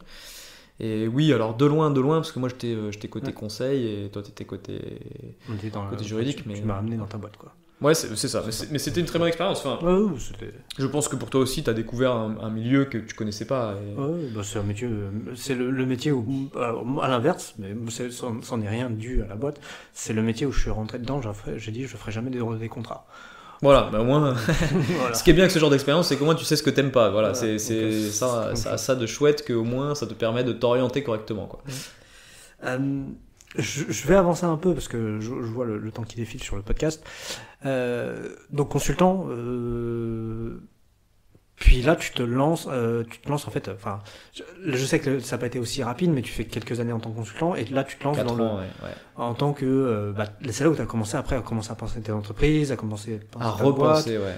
Enfin, repenser effectivement, et à te lancer en fait. C'est ça, en fait, il m'a fallu un petit peu de temps chez Veriport. Je crois que j'ai pris 1 an ou 2 ans où j'étais pas dans le milieu entrepreneurial parce que déjà en soi c'était assez intense comme rythme, et puis j'ai eu la chance d'avoir rapidement du leadership en fait sur des missions, là où d'autres allaient chercher de l'expertise sur la partie technologique ou métier. En fait, moi j'ai vite pris la partie gestion, projet, management, etc. parce que c'était l'appétence que j'avais avec l'armée. La plus grosse motivation pour moi pour entrer à l'armée, parce que j'ai dû quand même en construire une, c'était le côté encadrement des jeunes, puisque l'armée est première entreprise entre guillemets qui embauche des jeunes, souvent désorientés. Et donc moi ma volonté c'était de travailler avec eux en fait, parce que je trouvais ça génial de leur donner une vocation, un cadre, etc. Voilà. Et donc ce côté encadrement que j'ai toujours mis en avant dans ma candidature pour Saint-Cyr et que j'ai toujours voulu développer, j'ai quand même appris quelques petites choses dans cette expérience militaire qui était somme toute courte. J'ai pu mettre en application assez vite en fait dans le côté en entreprise en fait, tout simplement là où le management est très mauvais d'une manière générale dans les entreprises, puisque les gens sont pas formés à être managers, et en plus les gens n'ont pas forcément toujours l'empathie qu'il faut, pas toujours le cadre, le leadership, etc. Et donc moi j'ai réussi à transposer en fait des choses que j'avais appris dans le côté militaire en termes de management, et c'était facile. C'était facile pour moi d'avoir un client, de l'emmener dans une direction, même quand il n'est pas content. C'était facile pour moi de piloter des équipes. En fait, c'était facile parce que ça, je l'avais déjà préparé dans un contexte beaucoup plus contraignant qu'est celui de l'armée. Ouais. Et donc, je me suis vite orienté là-dedans pendant 1 an ou 2. Donc, ça a été beaucoup de travail quand même, mine de rien. Et puis, comme toujours, quand mon cerveau s'est un peu relâché, il a fallu que je crée quelque chose. Voilà. Et en fait, c'est une anecdote. Alors, c'est une anecdote, la création de Cariocar, qui est la boîte de covoiturage que j'ai montée quand j'étais encore chez Veriport. C'est assez drôle parce que il a fallu que je change un ordinateur après 2 ans, alors mon ordinateur perso. Et on était en mission, mon truc était tombé en rade, et mon boss me dit écoute, tu t'achètes un ordinateur, je te le ferai passer en note de frais. Je sais plus comment, où il le finançait une partie. Bref, je me souviens plus. Mais il me dit achète un bon truc, il faut des bons outils pour bosser. Et donc je m'achète un Mac.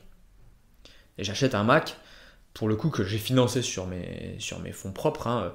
Mon boss m'avait dit mais bon, finalement, c'est moi qui l'ai payé. Mais je me suis dit, écoute, maintenant j'ai de l'argent, je m'achète un bon truc. Donc j'ai acheté un bon Mac.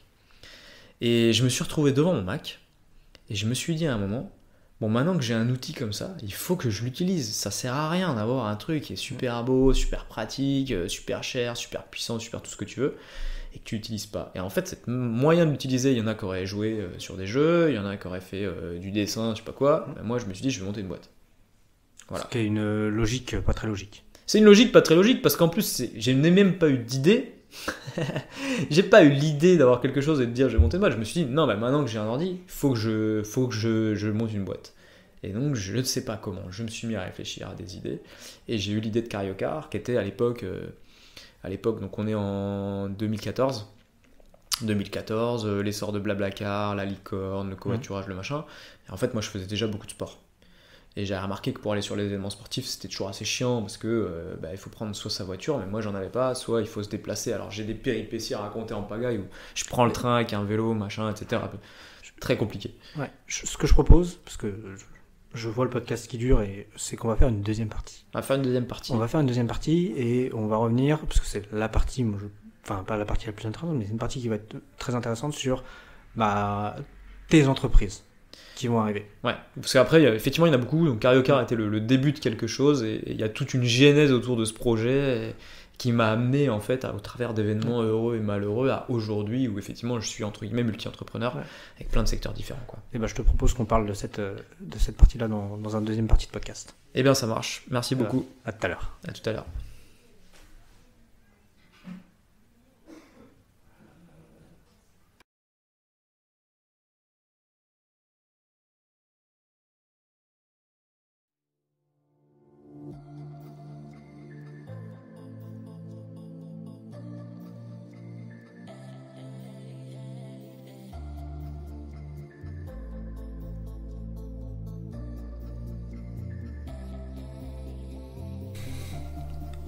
Voilà, c'est fini.